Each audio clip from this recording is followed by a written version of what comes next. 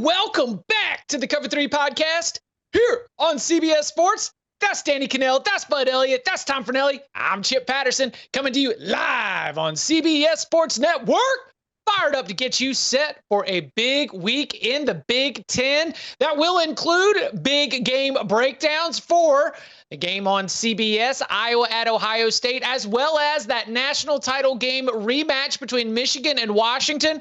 But we begin with a look elsewhere because you know what they say about pressure. It can make diamonds. It can burst pipes. You can use whatever cliche you want. But we have games of real stakes and significance every single week in the Big Ten as we get deeper and deeper into the season. And in some cases, we've got some teams that have good starts that they are putting on the line in very difficult scenarios. So we've identified 3 games where we've got varying levels of pressure and maybe an upset alert. So let's dive right in. So Nebraska will be playing host to Rutgers. The Cornhuskers have already dropped 1 game this year, of course, losing at home to Illinois. Rutgers still undefeated as the Scarlet Knights try to continue what is set to be another step forward here.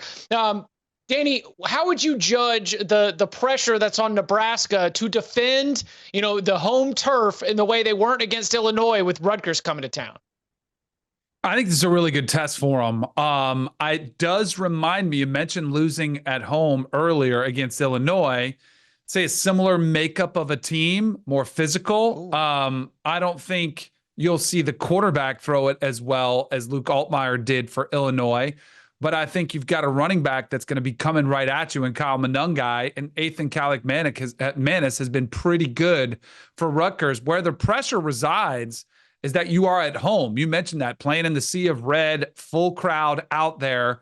And this is still a very young team that still has that cloud that lingers over this program in one-possession games. And with the spread being right around a touchdown, that's where the pressure is. If it's a second-half game, how do you respond? And I don't know what you do if you're Matt Rule other than you say, this is the process. We're going to prepare the same way. We just have to step up and make plays. But I think that pressure could come into the forefront in the second half of this game, and we'll see how they respond. I agree with Danny there.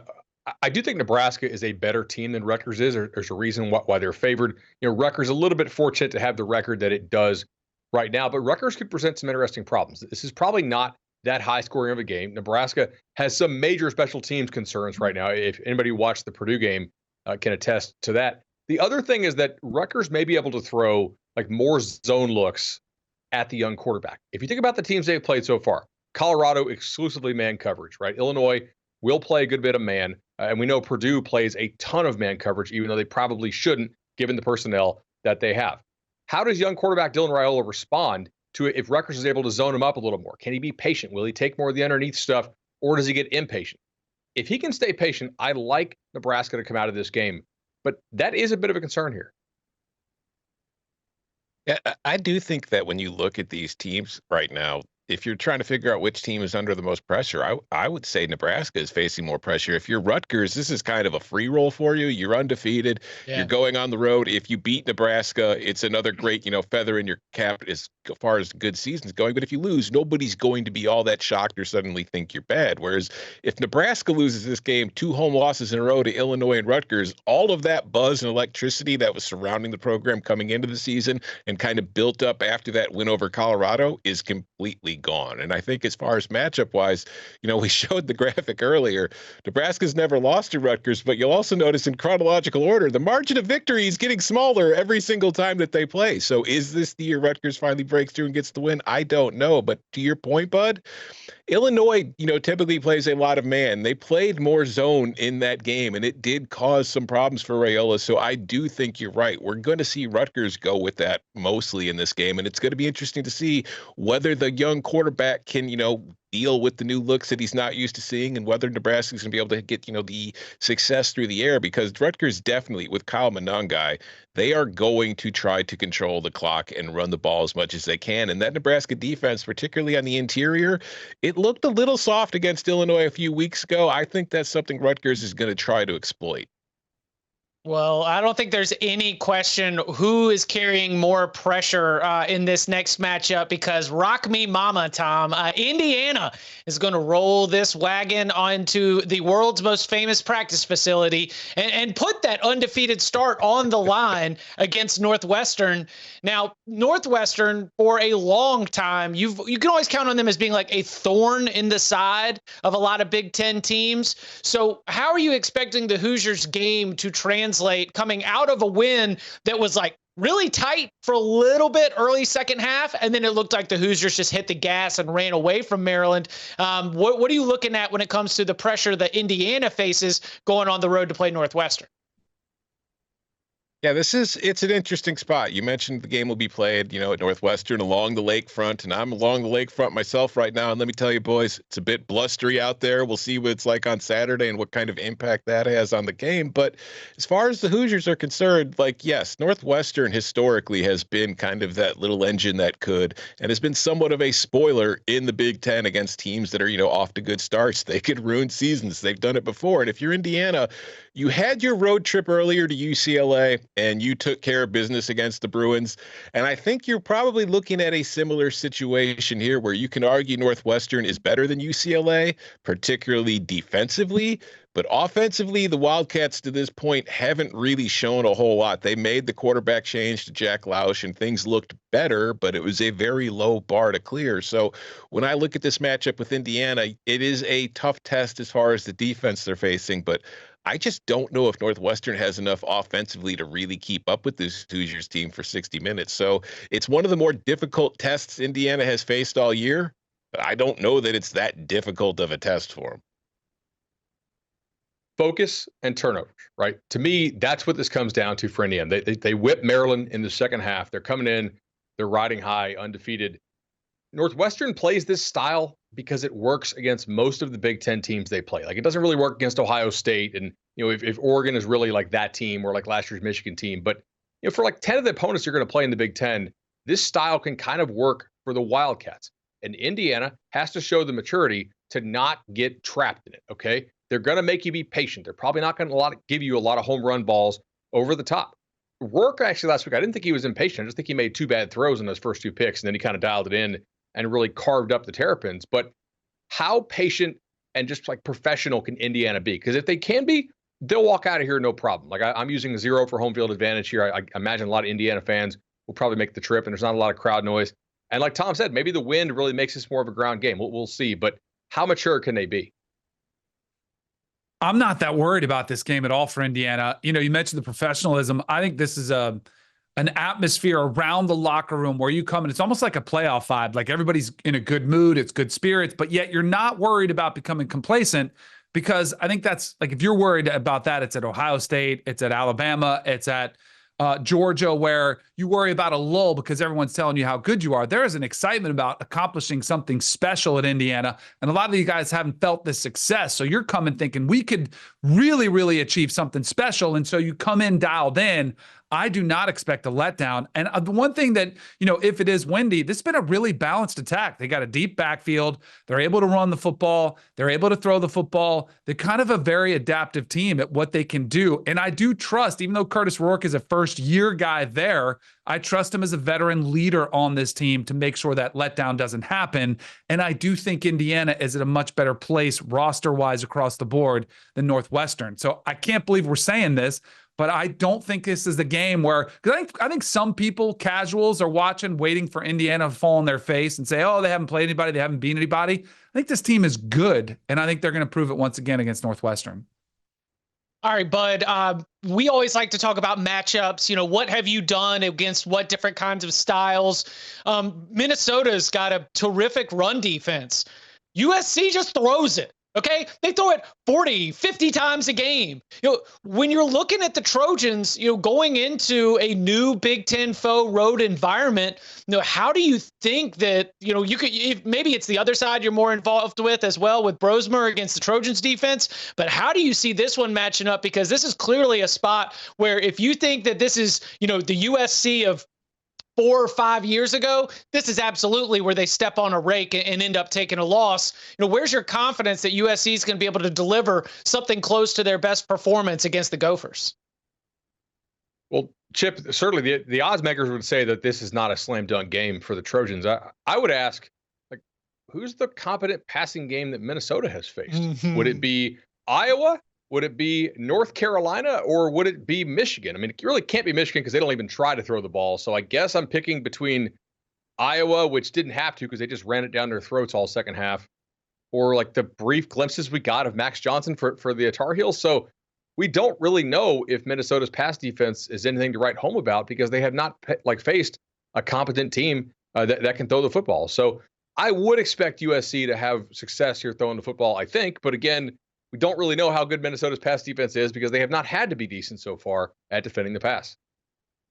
I think if there was the upset opportunity where USC had the letdown, it was last week against Wisconsin. They did come out flat and they were trailing, but I thought that comeback really showed resilience along with what they've shown all season long. We talked about professionalism with Indiana. I think this is a USC team which has a different mentality, both physically as they approach the game, but also mentally with a little toughness that we haven't seen from some time. And maybe it's the leadership at quarterback, maybe it's the new defensive staff, maybe it's just a team that is tired of what happened last year, and they're not relying on a player putting on his Superman cape the way they did against Caleb Williams. So they're getting a better group effort.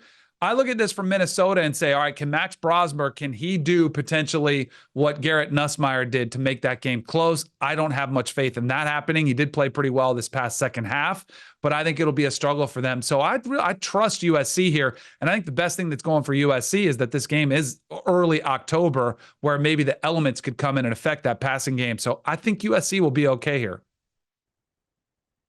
Yeah, it's tough for me to look at this Minnesota defense and believe that they have the guys in the secondary who will be able to cover these USC receivers. It's not that dissimilar to a situation of what we saw last week with Wisconsin, which actually has a talented secondary. They just didn't have the size to compete with guys like Deuce Robinson and company who were just, too smalling these guys. They were mossing them. So I think if you're Minnesota and you want to win this game, you should probably follow the kind of game plan that Michigan is forced to use and used to success against the Trojans a few weeks ago, and just try to control the clock in the game on the ground. And if there's any reason to be optimistic about that possibility, as the season has gone on, their run game has improved. I don't know if I would consider it nearly the same situation as what Michigan has as far as Donovan Edwards and Kalel Mullings, as far as the explosive ability that we saw in that game.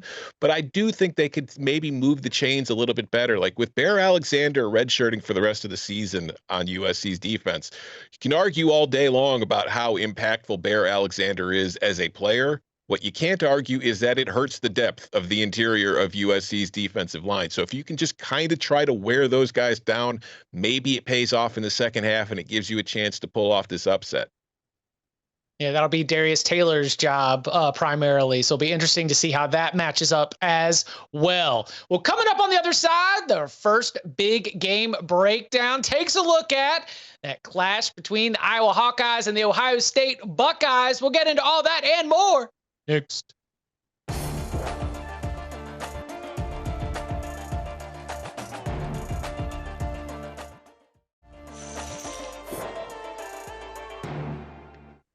Back here on the Cover 3 podcast, live on CBS Sports Network, taking a look ahead to Week 6 in the Big Ten, and it doesn't get much bigger than what we've got on CBS, America's Most Watched Network, the network of stars. Of course, you can stream it on Paramount Plus, 3:30 p.m. Eastern Time. We'll be in the shoe, baby, as Iowa comes to town to battle with the Buckeyes. And as we continue to also look ahead, that October 12th clash with Oregon that we've been looking forward to all season, I can say confidently, this is the toughest test that the Buckeyes have faced in 2024.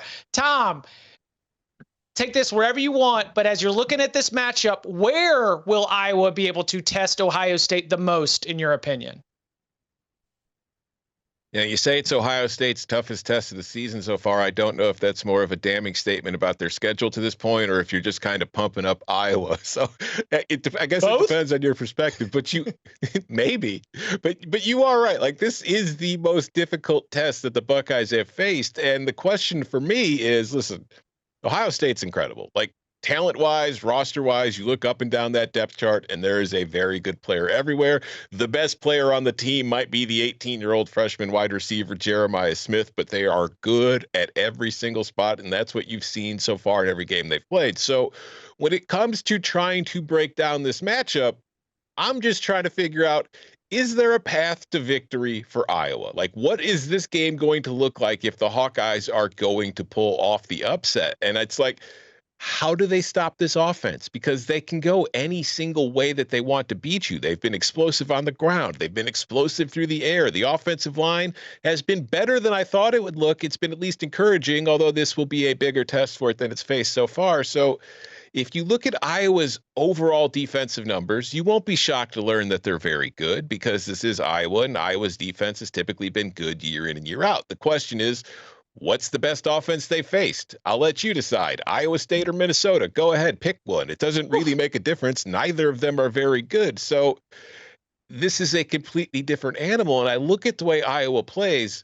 To this point, they have not done a good job of generating pressure on opposing quarterbacks. And when they have generated pressure, they've typically had to blitz to do it. So you get kind of caught in a situation where, do I want to blitz Ohio State? Because if I do, I'm leaving some very talented players in one-on-one coverage, and I'm not sure how long I can cover them. Plus, Will Howard, far more mobile than Kyle McCord was, so if I do pressure him, he could escape through the pocket and maybe go with his legs, pick up first downs or chunk yardage. So it's a very tricky situation to be in if I'm Iowa defensively. I do not envy them trying to solve this one, nor do I envy any defense trying to figure out how you're going to stop Ohio State. And then on the other side of the ball, Iowa's offense has been so reliant on Caleb Johnson. We've talked about him on the show, and I've written about it. He's been phenomenal. He's been one of the best running backs in the country statistically and performance-wise, even if he's not getting a ton of attention nationally. But what if Ohio State's good enough to take him away? Does Iowa have a counterpunch? We haven't really seen it. So this is going to be a kind of game where I expect Ohio State to win. I don't know how well Iowa can realistically expect to perform here, but there's always a chance, because Ohio State has been somewhat loose with the football. They've only lost one fumble, but they fumbled 5 times. And I don't know if you guys remember much, but Iowa's been pretty good at forcing turnovers in recent seasons. So maybe that's the way to go. I think Tom has it nailed there.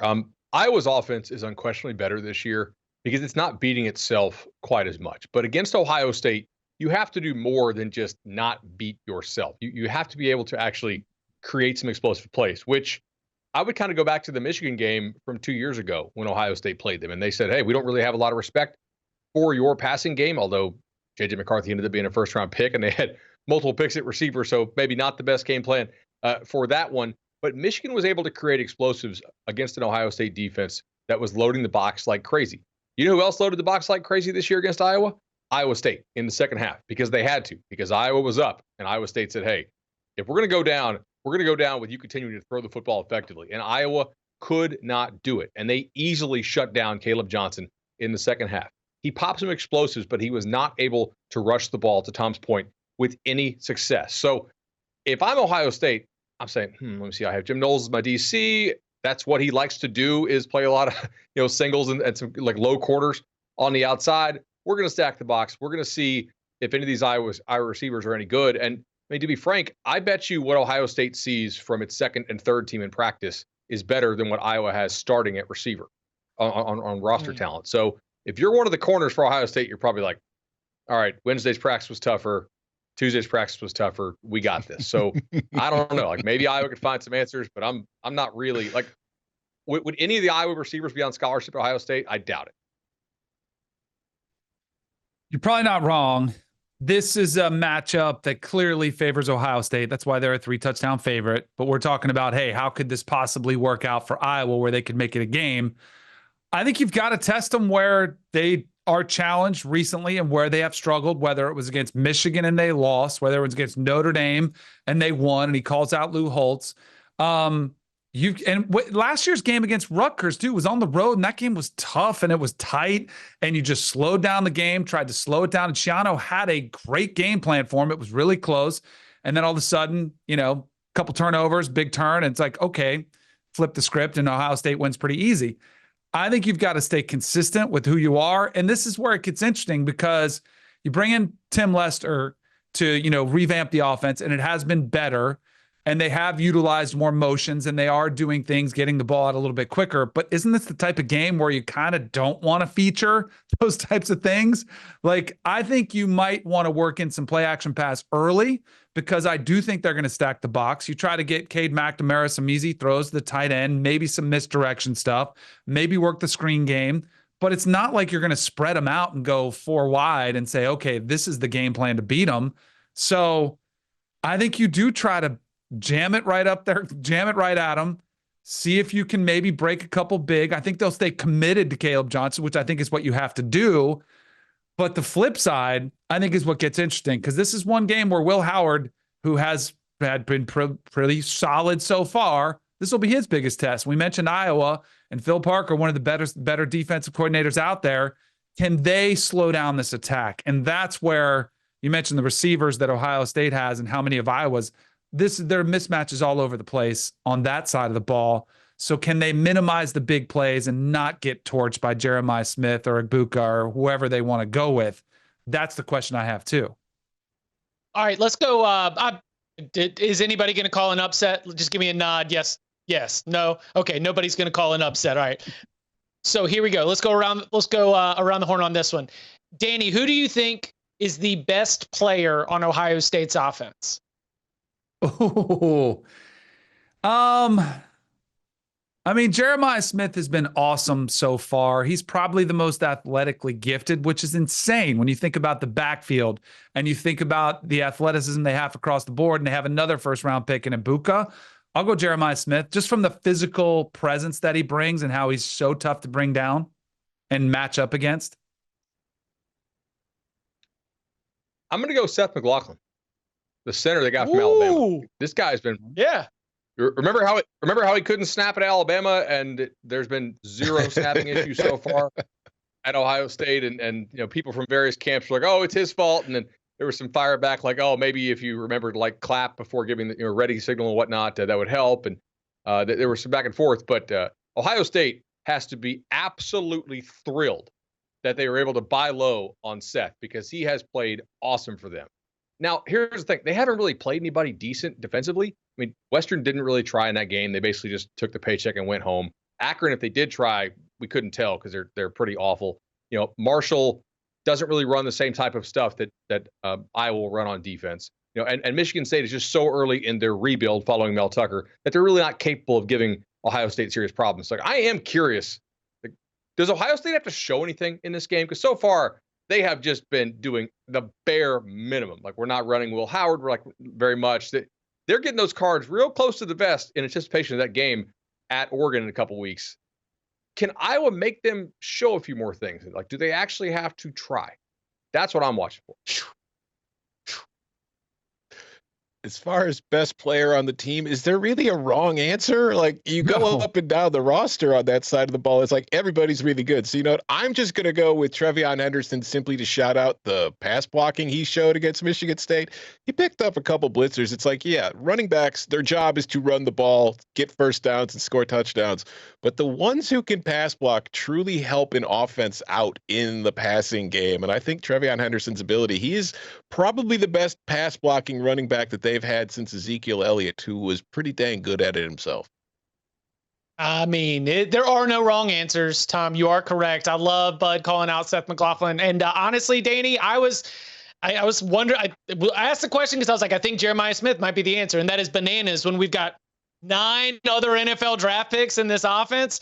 Crazy. And we'll see if Iowa can be able to really hold their feet to the fire, force them to get a little bit deeper into the playbook, and really make them sweat for the first time all season. Well, if you want any picks from this game, why don't you come on and join us Thursday, 11 a.m. Eastern time, live at youtube.com/cover3. All of our best bets for the entire weekend. And I can promise at least one pick from this game. So come and check us out. Again, you can download the podcast wherever you get your podcasts, but watch live Thursday, 11 a.m. Eastern time on youtube.com/cover3.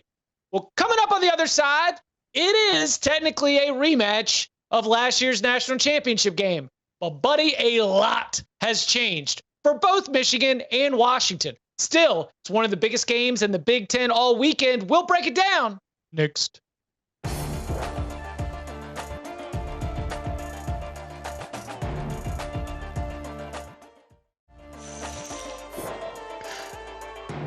Back here on the Cover 3 podcast, live on CBS Sports Network.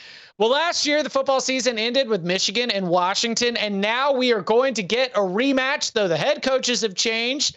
Both of our quarterbacks have changed, and a whole lot of other pieces as well. As Washington lost talent to the NFL draft and the transfer portal, Michigan lost 13 players to the NFL draft. And so as they meet again, it does come with a lot of significance. Washington fighting to be able to hold its own in the Big Ten, try to bounce back after a cross-country loss at Rutgers. And for Michigan, you got the win against USC. You held off a late charge from Minnesota. The Wolverines are still trying to build towards being able to accomplish all of their goals in this spot. So, Danny, as you're looking at Michigan going into Husky Stadium, a home field advantage that we've talked about a lot in the past, perhaps a little bit underrated and overlooked.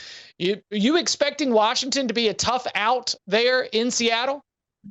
I do, especially considering the limitations that Michigan still has throwing the football. I mean, they are we were talking during the break about some of the betting props you can get out there. And this is basically like remember Georgia Tech when they had Paul Johnson and their receivers would lead the country in yards per catch because they would just be big play machines. I mean, they're not even getting that yet at Michigan, but I think that's what they're evolving into as a team that's going to throw it maybe 10 to 12 times, and they just hope to connect on a couple big plays when the defense sells out and comes out to stop the run, and you get a pretty good opportunity over the top.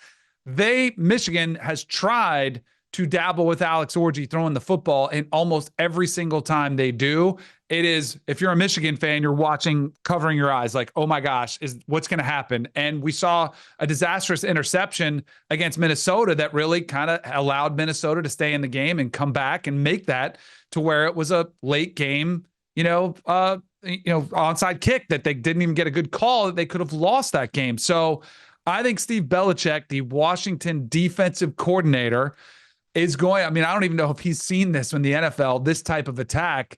He's going to say, go ahead. And can they hold up against Mullings and Edwards is the question. Because if you can do that, which is easier said than done, and I don't know if they have personnel to do it, then all of a sudden the game gets really interesting. And I think that's what people are starting to realize and why the Wolverines find themselves an underdog on the road.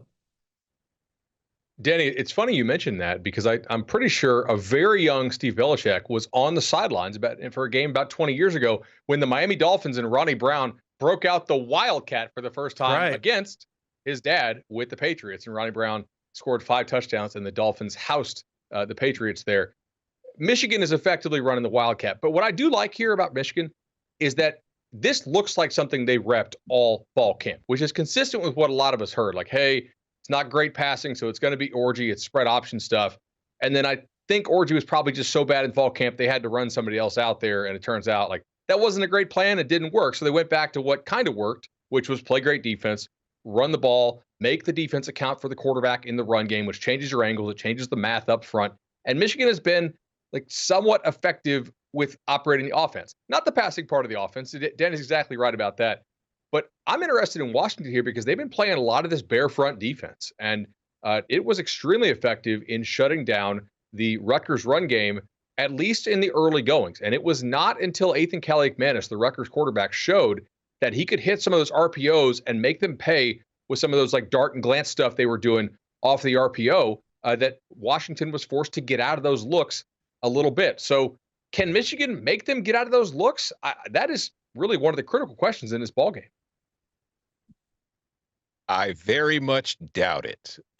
If you look at this Michigan offense in the 2 games with Alex Orji, yeah, they've won both games. Everything's great. But you look at how they've ranked nationally in just the last 2 weeks. Like they're scoring 1.92 points per possession, which ranks 84th nationally, but is also incredibly misleading because they had 2 possessions last week in which they had a 16-yard touchdown drive after a blocked punt and an 11-yard touchdown drive after a turnover. If you look at the other numbers, success rate, 34.7%. That ranks 113th.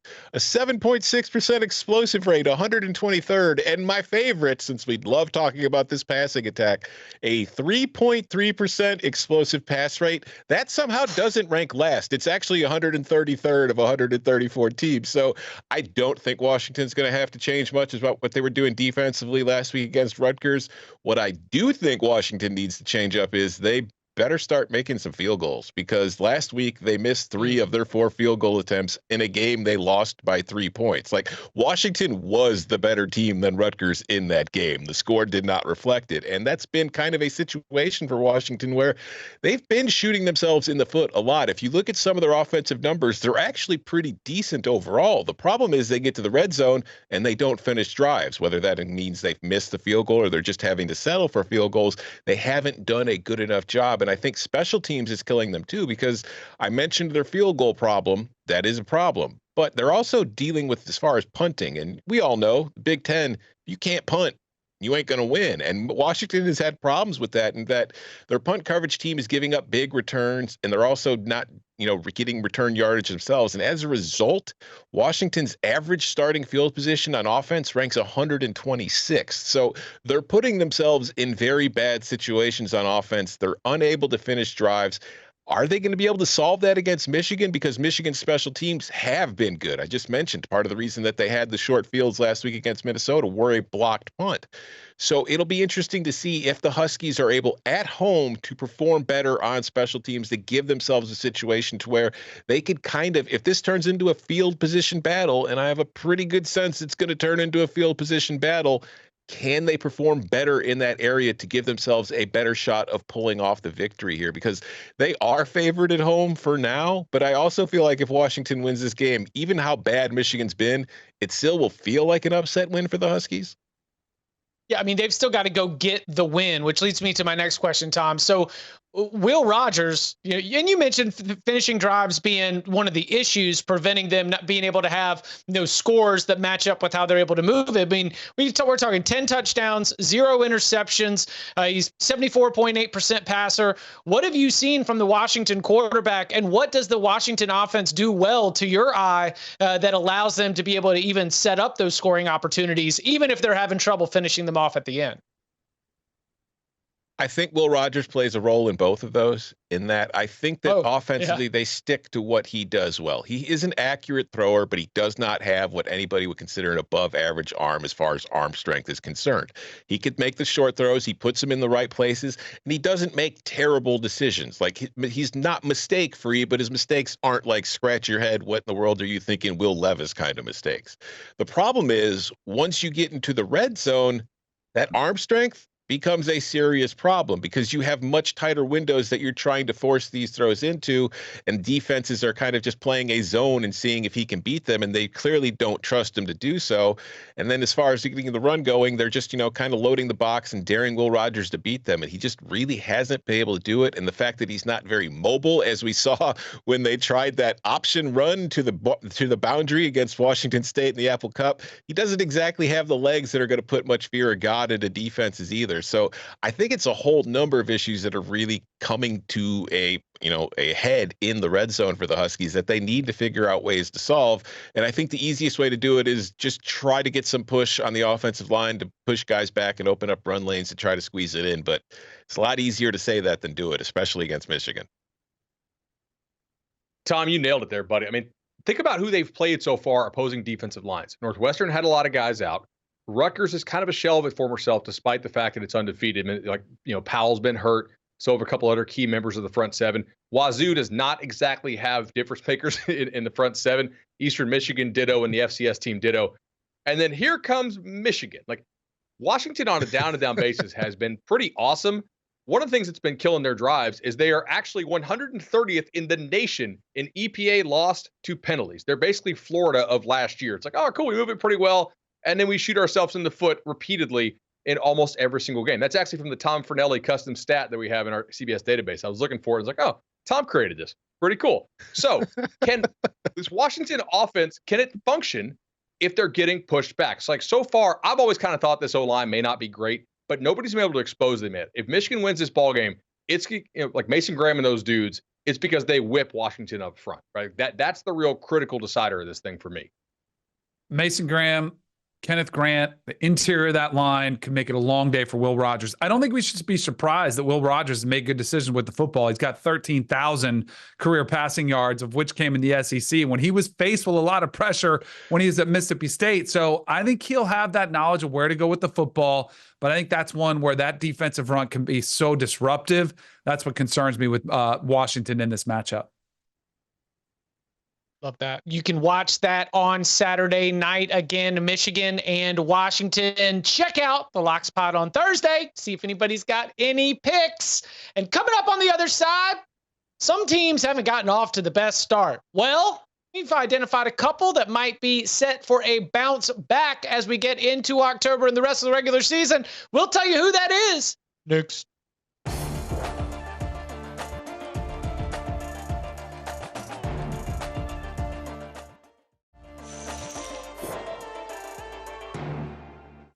Back here on the Cover 3 podcast, live on CBS Sports Network.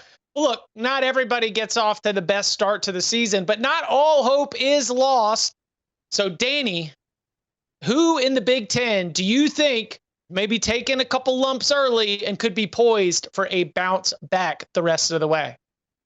I'm going to say Maryland. We talked a little bit about Mike Loxley the other day on the Cover 3 pod, just about where he is in his career, the job status, where he could be. You can make a good case they should have beat Michigan State. Now, they did lose it. They were in a tough game, then kind of fell apart late against Indiana, but they played them pretty tough, and we know what Indiana is right now. But I think you see some bright spots in Billy Edwards Jr. and Ty Felton, one of their receivers who's turning out to be his favorite target and really special. Bye week to get healthy. Northwestern to get another win to get to 500. USC will be a tall task, but I think they could get to 7 wins if they could get things together. And the good news is I think Mike Loxley can sell them on how a couple of these games could have gone the other way. They catch momentum. They get Minnesota on the road. I don't think that's too crazy. I think they could win that game. Rutgers at home will be a defining one where that would be a huge win for Maryland, but I think that game could be interesting. And then Iowa, we'll see what Iowa's season fares. And I know this game has not gone well for Maryland in the past, but I think Maryland could salvage a 7-win season when it's all said and done. Crazy if you think they're going on the road to beat Minnesota, because Minnesota is my bounce back team in the Big Ten for the rest of the season. I just think, we mentioned it earlier in the show when we were talking about their game this weekend. Darius Taylor, their star running back, missed the first couple games of the year. And I think that with a new transfer quarterback and Max Brosmer coming from Delaware, the fact that they weren't able to get those early snaps together, I kind of think it caused this offense to take a little longer to find its rhythm and find its groove. It is still a very limited offense in what they can do. I do not think there's an explosive passing attack to be found, but the rushing attack has improved the last couple of weeks. And if we see that going forward, you look at the rest of their schedule on the other side of the ball defensively, I think this Minnesota defense is good enough against the run. They do struggle against the pass, but if you look at that schedule, outside of USC and Penn State, I really don't see any passing offenses that I would be terrified of if I'm Minnesota. So if we continue to see improvement on this offense, I think that schedule presents plenty of manageable games that could allow the Gophers to kind of get back from this slow start and at least get back to a bowl game. That's a good one. I'm going with Washington, actually, because even though they only have 2 losses so far, their schedule is about to get a lot tougher. So they're going to have to play a lot better if they want to finish this season strong. They're barely favored over Michigan, which I think is kind of a compliment to how well they've sneakily played so far this year. Then they go to Iowa, to Indiana. They host USC. They're at Penn State. They host UCLA. I kind of like them in that one. And then they finish the year at Oregon. So I kind of think Washington will still have a chance to make a bowl and will absolutely have a chance to play spoiler multiple times down the stretch in this Big Ten race. So I'm going to take us to Wisconsin. Obviously, we just had a close eye for the Badgers blowing that halftime lead against USC in the second half, really coming undone. But I think there's a great bounce back opportunity immediately as they'll be back home in Camp Randall, welcoming a Purdue team that just fired its offensive coordinator. Rutgers is not going to be easy, but I don't think that the Scarlet Knights are levels above the Badgers. You follow that up with Northwestern. You still have Minnesota later in the season. You're probably going to have to beat a team as an underdog to be able to string together enough wins to guarantee yourself a spot in the postseason. But with the way that Tyree Walker was able to run, especially there in the first half, I think Luke Fickell can get things bounced back for the Badgers. Well, coming up on the other side, each and every single week, we like to leave you with one player to watch heading into the week ahead. So we'll do that next.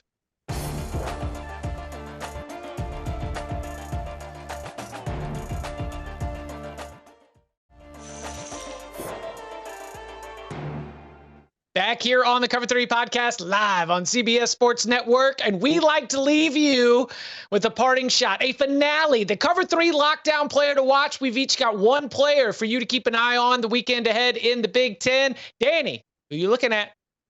We had just talked about this game. We talked about the quarterback, Will Rogers. How about the running back, Jonah Coleman? He's fourth in the Big Ten in rushing. He's over 100 yards a game, averaging 104. But I do think this game, this will be his biggest test yet, right? Going against Michigan's front. We talked about the interior presenting problems for Will Rogers. They have to be balanced. You can't get one-dimensional. So I'm keeping an eye on Coleman. If he's able to get that run game going for Washington against this front, then they got a chance to win this game. He's been really solid. 3 times he's been over the 100 yards marks. We'll see if he can do it against Michigan. I wouldn't bet it, but they got to keep him honest at the very least. Danny, I'm going to go with Rutgers quarterback Ethan Kelly-McManus. I thought he played just well enough to get the win last weekend against Washington. When Washington tried to shut down the run, much like I think Nebraska will do, he was able to hit them with some of the RPO stuff. He has to be able to do that again. We saw Illinois hit some explosive pass plays against this Nebraska defense. If he can't do it, Nebraska will probably just, crock-pot them, so to speak, right? So he has to be able to keep them honest, throwing the ball. Ethan's my guy here. You guys and your offensive players. I'm going to the defensive side of the ball. I'm going to talk about Penn State's Abdul Carter, who has been a phenomenal player for the Penn State defense so far this season. I really like the way that Tom Allen is using him. Last year, he was just primarily kind of an edge rusher coming out of the C gap. This year, they're putting him in the A gap, the B gap, the C gap. They're dropping him back into coverage. You really don't know where he's going to be at any single point on any single snap. And he's been doing a phenomenal job both rushing the passer as well as dropping into coverage when asked. He's not, you don't want to put him on your best slot receiver, but you can put him on a running back and feel good about it. I think he's going to have another big game this weekend. So be on the lookout for number 11. Oh, man, sometimes it's physics and not football. Sometimes it is a mathematical equation, as in there ain't a lot of defensive backs for the Minnesota Golden Gophers that can match up with 6'6", 220-pound Deuce Robinson. You call him a tight end, you call him a wide receiver, call him whatever you want, but in this game, he's a walking touchdown. And so I've got Deuce Robinson and the physical mismatch that he presents against this Minnesota secondary as the thing that I'm keeping my biggest eye on, because for a USC offense that really has struggled to run the ball against anybody with consistency, I don't think that they're going to find that success against Minnesota either. That's where it's going to have to be the physicality, the size, the athleticism of these USC pass catchers to go out there and get it done. So he's one of the most important players in USC's game plan. And I also believe that he is going to be one of the stars for the Trojans in Minneapolis. Well, if you liked what you saw, if you like what you heard, you can get us like all the time, like almost every single day. How about Monday, Wednesday, Thursday, 11 a.m. Eastern time live? You can also catch us Saturday nights, 11:30 p.m., giving you our raw and instant reaction to all the action that we had seen on a Saturday. Of course, you can get it all by going over to youtube.com/cover3, or you can download the Cover 3 podcast wherever you get your podcasts. For Danny Cannell and Bud Elliott, Tom Fornelli, I'm Chip Patterson. Gentlemen, thank you very much.